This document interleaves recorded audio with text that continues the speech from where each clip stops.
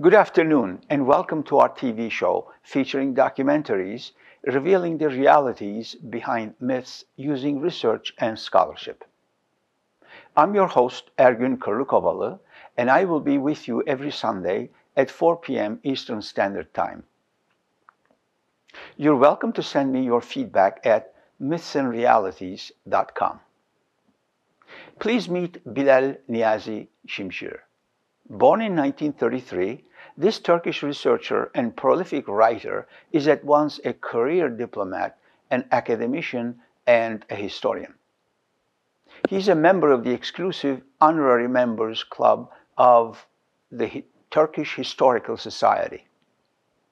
A graduate of Ankara University's Department of Political Science in 1957, he successfully represented the Republic of Turkey as a diplomat in Paris, Damascus, London, Den Haag, Tehran, Beijing, and Sydney. He retired from the Turkish Foreign Ministry in 1998 after 38 years of dedicated service. To date, he wrote 57 books and 160 essays. His meticulous research in the British archives regarding the Malta Tribunal was published in Proceedings of Symposium on Armenians in the Ottoman Empire and Turkey, 1912-1926. Bogazici University Publications, Istanbul, 1984. What follows is a summary of his findings on pages 26 through 41. Armistice between Turkey and Britain was signed at Mudros on October 30, 1918, and British Navy controlled Turkish waters and Allied troops took possession of key positions. French General Desperey entered Istanbul at the head of his troops mounted on a white horse, emulating Fatih the Conqueror. On March 16, Allied military officially occupied Istanbul, along with other key parts of the Ottoman Empire. Some prominent Turks were arrested and deported to Malta. Arrests and relocations continued up to November 1920, totaling 144 Turkish deportees at its peak. Among the deportees were Ottoman Grand Vizier, Speaker of Parliament, Chief of the General Staff, state ministers, army commanders, Sheikh al-Islam, deputies, generals, colonels, governors, university professors, editors, journalists, and more. They were accused of three categories of alleged offenses. 1, failure to comply with the armistice terms. 2, ill treatment of British prisoners of war. And 3, outrages to Armenians in Turkey and Transcaucasia. The last category of offense, related to much debated Armenian relocation and massacres during World War I, is at the focus of today's exploration. This will be a short resume of the Malta episode with an emphasis on Armenian question. The paper is based on British official documents kept in Public Record Office, London. To save time, I will not give a reference to each paragraph, as Foreign Office document bin number 371 contains all of the documents mentioned. On January 2, 1919, Admiral Calthorpe, the British High Commissioner at Istanbul, asked London to be authorized to demand immediate arrest of such Turks against whom there appeared to be a prima facie good cause and good case. A special section of the British High Commission was created under the responsibility of Andrew Ryan to deal with Armenian and Greek victims of persecution. Ryan, who had served as interpreter in the British Embassy at Istanbul for 15 years prior to war, was known as a Turk hater and a schemer. As soon as he arrived at Istanbul in November 1918, he renewed many old contacts with native Armenians and Greeks and engaged informers. inputs from those informants and the Armenian Patriarchate, several blacklists of alleged Turkish war criminals were drawn up. Between January and April 1919, 4 of these informal lists were presented to the Sultan Vahdettin's government. Sultan was willing to revenge those members of the Committee of Union and Progress who were Sultan's political enemies. Under the British pressure, between 160 and 200 persons had been arrested in January 1919 by the government of Tevfik Pasha. On January 30th, 1919, Calthorpe telegraphed the governor of Malta, asking him if he can make arrangements to receive about 50 or 60 Turkish prisoners. On February 5th, Admiral Calthorpe was instructed by the Foreign Office to ask the Turkish government to hand over to him the Turkish officials accused of offenses such as failure to comply with armistice terms, ill treatment of British prisoners, outrages to Armenians and other subjects. This triggered a clash of opinion between British Admiral Calthorpe and the French General Desperey, commander of the French forces at Istanbul. French general wrote that it was up to Turkish authorities to arrest the accused persons, formulating charges against them and securing their punishment. According to the French government, Allies' demand of arrests of Turks presumed guilt and created distinction to disadvantage of Muslim Turks, while Bulgarian, Austrian, and German offenders were neither arrested nor molested. Meanwhile, the Tevfik Pasha's government took an important decision. On February 1919, it addressed a note to 5 neutral governments of Europe, namely Spain, Netherlands, Denmark, Sweden, and Switzerland, informing them that the Turkish government established a committee to investigate the alleged abuses in connection with the Armenian relocation. These neutral governments were invited to contribute 2 legal scholars each to this Blue Ribbon Committee. This move clearly shows that Turkey had nothing to fear about the alleged war crimes. Guilty people do not invite independent investigators to expose potential war crimes. The British Foreign Office, rather alarmed upon this unexpected and daring Turkish maneuver, decided to obstruct it. The Foreign Office addressed this note to the Spanish ambassador in London. I quote, "The acceptance of the Turkish invitation might run counter to the arrangements made at the Paris Peace Conference and cause serious complications," unquote. One would think that Britain should be happy to see a neutral committee investigating the alleged offenses against the relocated Armenians during World War I, right? Wrong.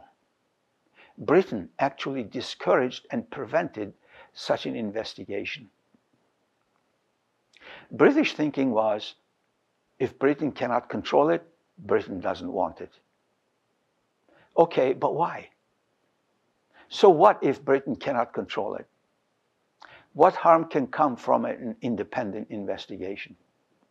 Well, an unbiased discovery would embarrass Britain because of the wartime propaganda and outrageous lies in the blue books defaming and demonizing Turks, Germans, and others. That's why Britain destroyed all of the documents in the Wellington House, Britain's propaganda office, right after the World War I. War was won. There was no more need for outrageous lies. The British government forced the resignation of Tevfik Pasha, who took this decision, the initiator of the idea of neutral investigations. He was replaced by Ferit Pasha, who was exceedingly pro-British. He immediately ordered a manhunt in Istanbul in accordance with the wishes of the British High Commission. Nearly all ministers of the wartime cabinets and most of the leading members of the Committee of Union and Progress were summarily arrested in March 1919. Despite the lack of evidence as to alleged massacres, the British High Commission continued to ask for more and more arrests in March and April 1919 without any serious investigations. On May 15, the same day when the Greek troops first landed at Izmir, Admiral Webb informed General Milne that in view of the new circumstances, it was inadvisable that the detainees should remain in Turkish custody. These persons should be taken over with a view to deport them to Malta. He added that he would not inform the Turkish government of this step until it has been carried out. On May 22nd, British and French soldiers under the British command was placed at Bekir Ağa prison to ensure that the Ottoman prisoners were not released. Then, in the night of May 28th, British military authorities have taken over from the Turkish prison 67 selected detainees, placed them on board HMS Princess Ena, and the ship sailed that night for Malta. On hearing the event from the local press on May 19th, the French High Commissioner at Istanbul expressed his discontent to his British colleague at not having been told the matter earlier. He wrote to Admiral Calthorpe on June 2nd that the relocation of Turkish prisoners had been a surprise to him, and he reiterated the French point of view that it was up to the Turkish authorities to deal with the accused persons. French Commander General Franchet Desprez was equally upset. He wrote to the British military mission at Istanbul that he was surprised that the British commander did not think fit to keep him informed of an event of such importance, and that no agreement was made between the Allied governments concerning such removal, which was a political measure carried out by the British for their own purposes. Furthermore, he said that the use of French troops for such a purpose cannot be approved. General Milne responded, and I quote, "I am apologizing to General Desprez," unquote. On June 4th, the French ambassador at London communicated to the Foreign Office the regrets of his government for relocation of Turkish prisoners out of Turkey. French government was of the opinion that it was up to the Turkish authorities to prosecute the alleged offenders, that relocation of the latter could be presented as an act of arbitrary revenge.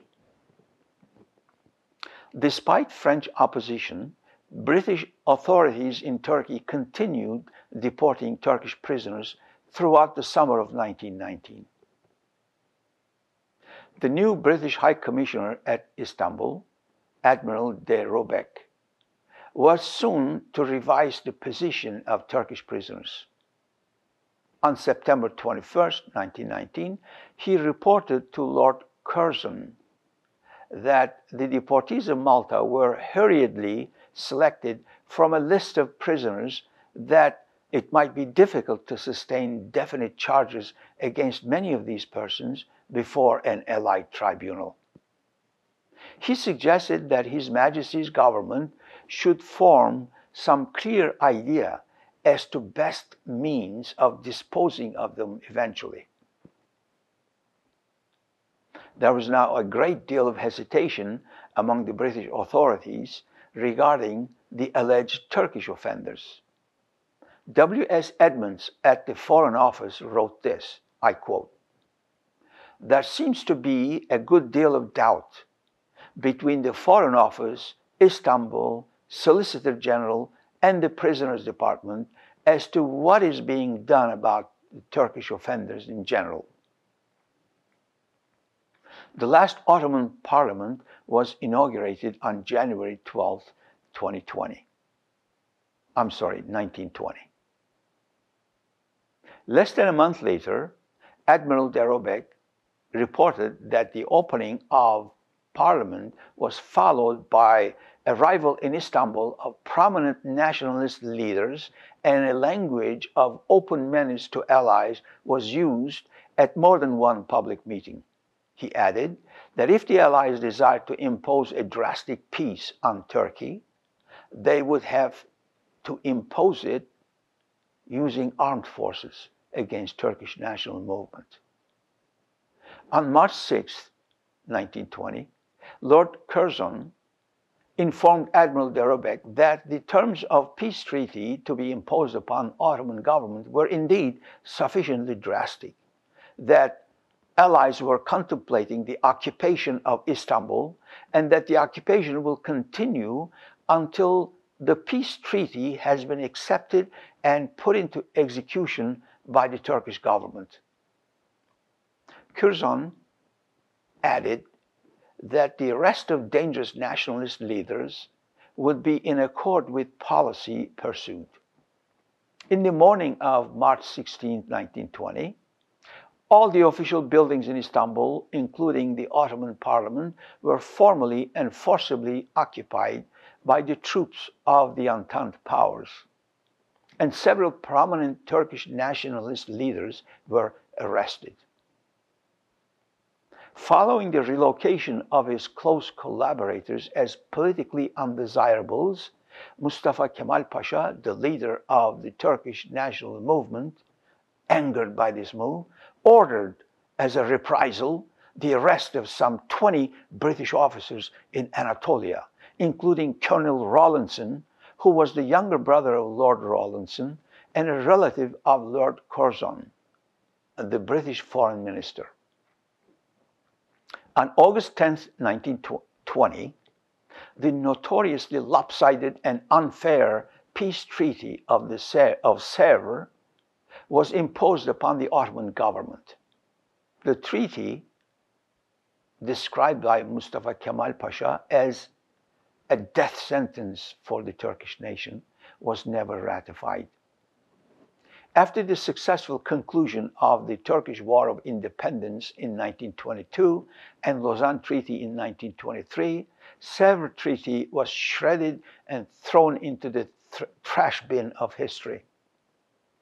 With the signing of the Treaty of Sevres by the Ottoman government, everything was now completed for the prosecution of the Turkish deportees at Malta, accused of Armenian massacres.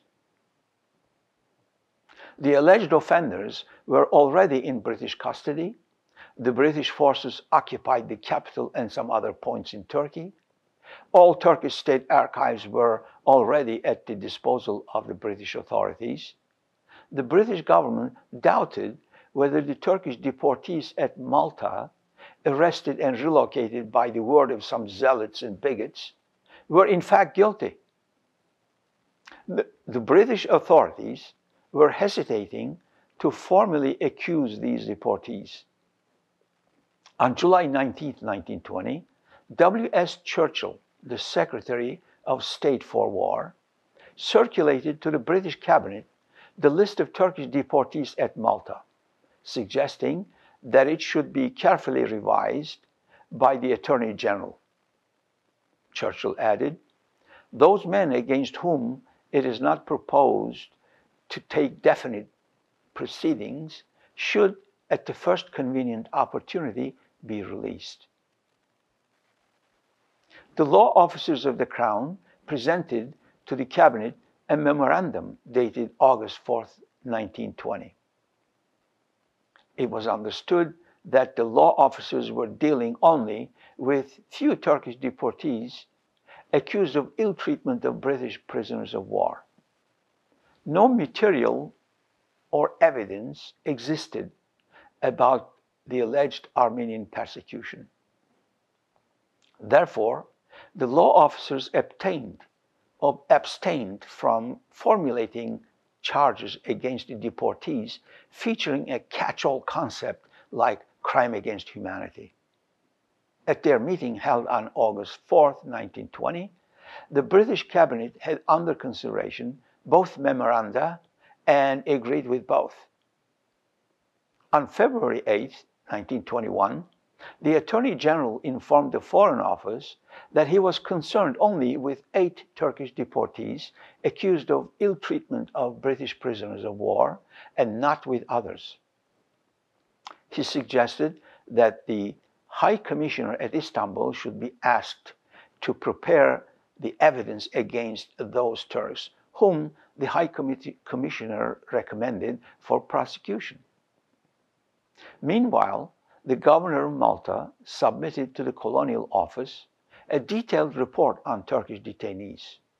He suggested that some of them should be released and the remaining ones should be informed of the charges against them with a summary of evidence.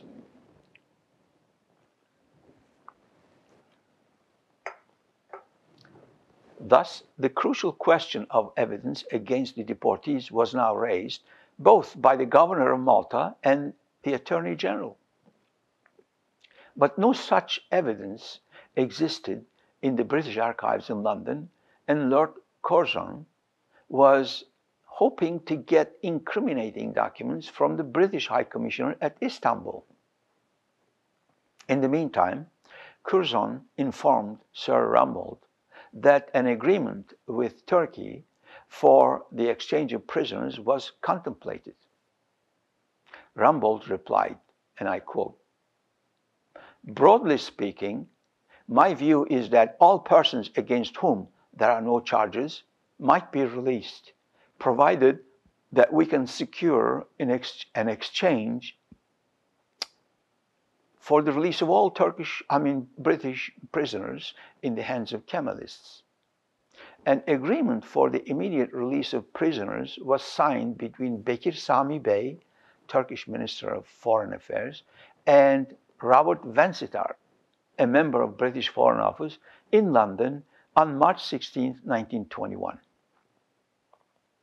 It stipulated the release of all 22 British prisoners in Turkey and repatriation of 64 Turkish deportees at Malta. The British government thus accepted the release of one half of the Turkish deportees and continued keeping the other half for trial. Such an agreement was unacceptable to the Turkish government. In fact, the instructions of Bekir Sami Bey precluded him from accepting any arrangement except one based on all-for-all exchange. And he was forced to resign from his post for having neglected the instructions. Out of originally 144 deportees at Malta, 56 persons were selected by the High Commissioner at Istanbul for prosecution. On March 16, 1921, Sir Rumbold forwarded to the Foreign Office long-expected details of charges against each of these persons. Andrew Ryan explained how these accusations were drawn up. I quote, "In practice, we have gone on the principle that sufficient presumption of guilt to justify detention existed against all members of the governments of Turkey at the time when the massacres and relocations took place, and all persons so high in the councils of CUP had to be credited with share of directing its policy. If this is the principle, then it seems to me that all of these people should stand trial. This appears to be, to me, the only logical course," unquote. As you can see, this is a typical lynch mob mentality. It was used by Turk haters to draw up claims against Turks. Instead of respecting the bedrock principle of international law, which is presumption of innocence. A vigilante justice based on presumption of guilt was used by the lynch mob formed by the British, Ottoman Greeks, and Ottoman Armenians to level charges against Turkish deportees at Malta. Sad but true. Sir Rumbold, in forwarding to London the evidence against the deportees, wrote that very few witnesses were available, that the Armenian Patriarchate at Istanbul had been the principal channel through which information had been obtained. He admitted that under these circumstances, the prosecution will find itself under grave disadvantage. But he hoped that the American government could supply a large amount of documentary information. Did the American government ever supply the evidence to the British desperately needed to prosecute the Turkish exiles in Malta? And what happened after that? Please join me next week to find out. Thank you and see you next week.